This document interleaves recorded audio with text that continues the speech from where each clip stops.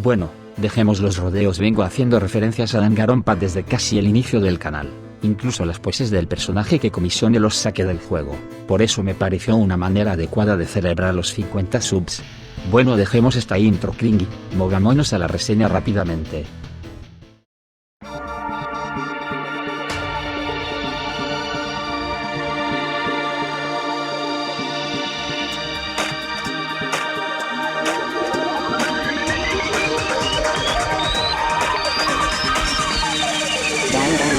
Los juegos de la franquicia siguen un patrón y básicamente la trama es la misma, así que voy a hablar generalizando de los tres juegos principales. Hay un cuarto juego llamado Ultra The Spy Heroes, pero es un spin-off y que merece su propia reseña en algún momento, pero al menos no hoy. En fin, la trama va que en este universo lo más talentosos adolescentes en alguna área en específico, como por ejemplo, el mejor beisbolista o la mejor apostadora, también conocidos como ultimates, corren riesgo de muerte en un juego de matanza orquestado por esta misteriosa entidad que se hace llamar Monokuma.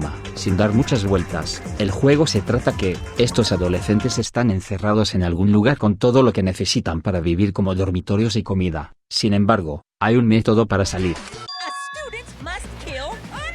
Sin embargo, no alcanza con solo matar, ya que luego que el cadáver de la víctima es visto por otras personas, tendrán un tiempo para analizar la escena del crimen. Luego que ese tiempo expire, todos los participantes son llevados a una sala donde se hará un juicio, donde se discutirá y especulará de quién y cómo se realizó el crimen. Todo culmina con una votación. Si votan por alguien equivocado, todas las personas exceptuando al culpable serán ejecutados, mientras que si aciertan con la votación, entonces solo el responsable recibirá la ejecución. Y eso es todo lo que necesitan saber. Si bien suena que es una trama de detectives bastante seria, pues puedo garantizarte que no lo es casi para nada. De hecho, se puede contar y recordar mucho más los momentos ridículos a los serios.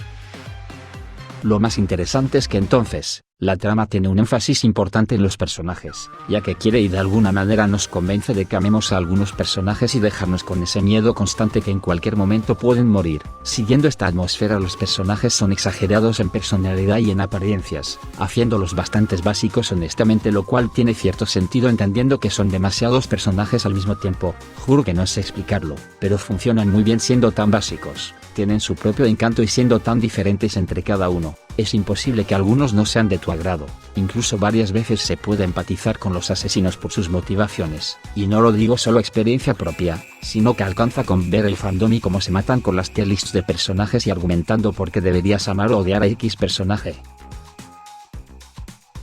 Ya que ahora podemos sacarnos la trama de encima, hablemos directamente del gameplay. Pues si bien gran parte se trata de simplemente de lectura, también tienes otras cosas para hacer en los tiempos libres que da el juego, como explorar libremente o interactuar con los personajes que quieras. De hecho, el juego te incentiva a que gastes tiempo haciéndote amiga de los personajes, ya que una vez que terminas todos los eventos conseguirás ítems que ayudarán a facilitar de alguna manera los juicios. Como seguramente ya se imaginan, los juicios son lo más importante, tanto en trama como en gameplay, así que hablemos de los juicios.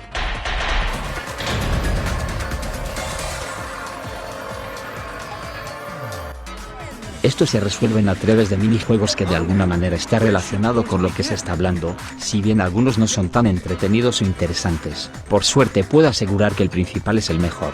Se trata que los personajes argumentan mientras sus palabras aparecen en la pantalla. Cuando aparece alguna en amarillo significa que podemos reaccionar de alguna manera a esa frase en específico. Para eso tenemos que dispararle con las balas de la verdad, que prácticamente son las pistas o pruebas que debes juntar antes del juicio. Obviamente, para hacerlo más difícil aparecen más de una frase o palabra en amarilla en una sola discusión, pero solo una es útil. U otro tipo de dificultades, como que luego hay pensamientos que impiden disparar a las palabras, y cada vez agregando cosas nuevas para que no se vuelva monótono. Aquí es donde se usan las mejoras que dan las amistades que mencioné antes, como hacer que la barra para hacer slow mo dure más, o que las balas se disparen más rápido, etc. En general, estas mejoras son bastante insignificantes que a veces es difícil notar la diferencia, lo cual me parece bien. Total, no es tan complicado y facilitarlo mucho se vuelve aburrido.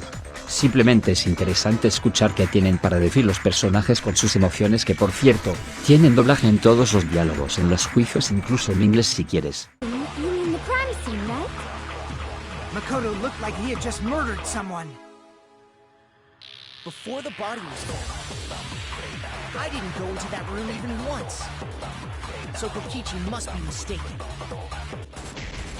La mayoría de minijuegos son también geniales, pero no puedo mostrarlos, puedo decir que son bastante intuitivos y sencillos de ejecutar, haciéndolo bastante divertidos y pasatistas. El único problema que tengo es que los tutoriales apestan. No hay uno solo que no me haya traído más confusión que respuestas. Esto se debe porque en vez de explicarte qué es cada cosa, les gusta agregar nombres a los conceptos que termina siendo muy confuso, que, como ya dije, es lo opuesto a los propios minijuegos, que son básicos. De alguna manera logran hacer que te pierdas.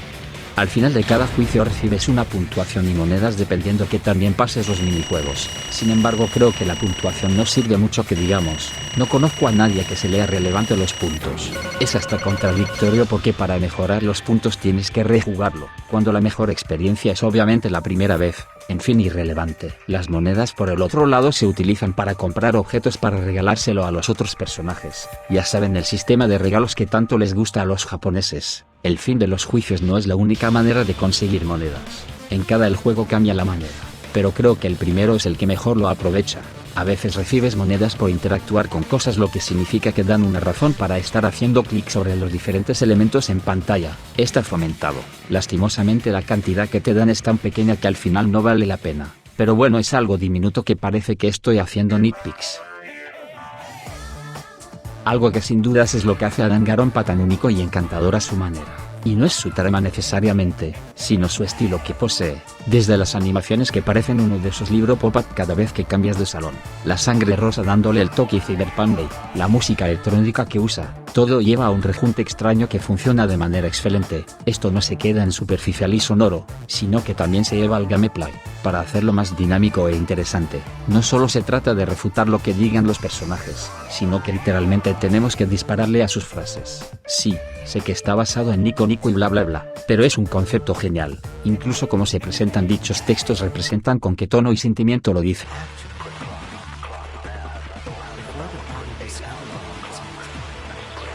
I saw Makoto leave that room by himself, I swear!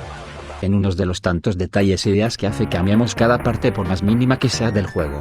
Hablando de lo visual, si se fijaron un toque, lleva un estilo 2.5D, es decir que los personajes son 2 dimensiones pero en lugares de 3 dimensiones. Al aceptar que la espalda de los personajes es un contorno negro, les da la libertad de poder manejar la cámara de manera creativa. Por ejemplo, en las discusiones siempre hay un giro al principio. No puedo expresar que tanto me encanta estas estupideces, pero sin dudas, creo que artísticamente hablando es lo mejor que puede ofrecer la franquicia. Si prestas un poco de atención a estos detalles te deleitas con lo atípico, bien diseñado e integrante que es. Esa es la razón por lo que creo que a medida que salieron los diferentes juegos cada vez iban mejorando, ya que van rectificando y perfeccionando más la fórmula.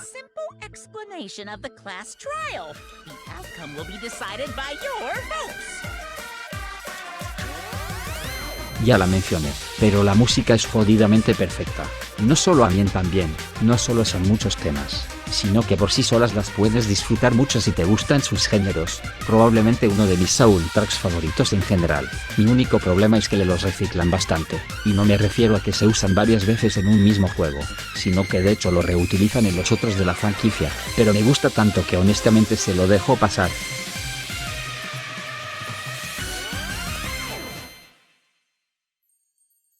Como siempre no hay nada perfecto, así que, ¿cuáles son sus aspectos flojos? Pues como ya mencioné antes, los personajes son bastante unidimensionales. Pocas veces habrá personajes que evolucionen o tengan un cambio gradual aunque literalmente sus vidas están en juego. Esto no es necesariamente malo. El problema no tan obvio, pero la diferencia entre los personajes en sus eventos de amistad en comparación a cuando hablan por la trama es demasiado distinto. Por ejemplo, hay un personaje que parece tener hasta ideas suicidas. Al final de sus eventos lo convences finalmente a abandonar esas ideas y ser positivo. Sin embargo, en la trama seguirá siendo siempre el mismo. Entonces se crea esa disfonía donde obviamente van a preferir la historia por encima del gameplay, pero podrían haber agregado aunque sea un diálogo extra o algo así en estos casos. Es una desconexión tonta que te hace dar cuenta que eres insignificante y con cero impacto en los acontecimientos.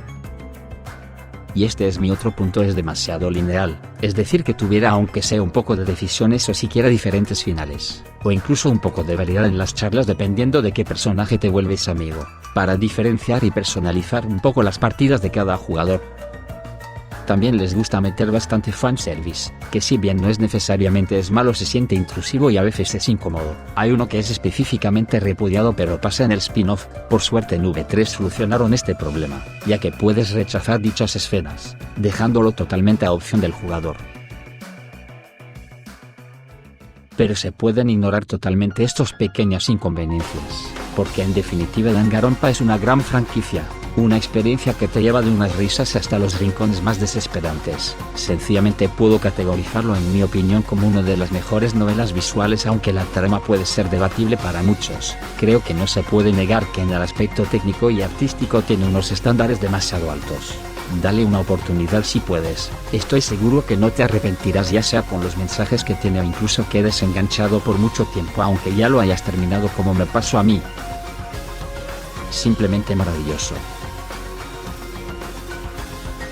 Así, lo olvidaba, no mires el anime, solo te va a decepcionar mucho y destruir conceptos canónicos de los juegos. Bye.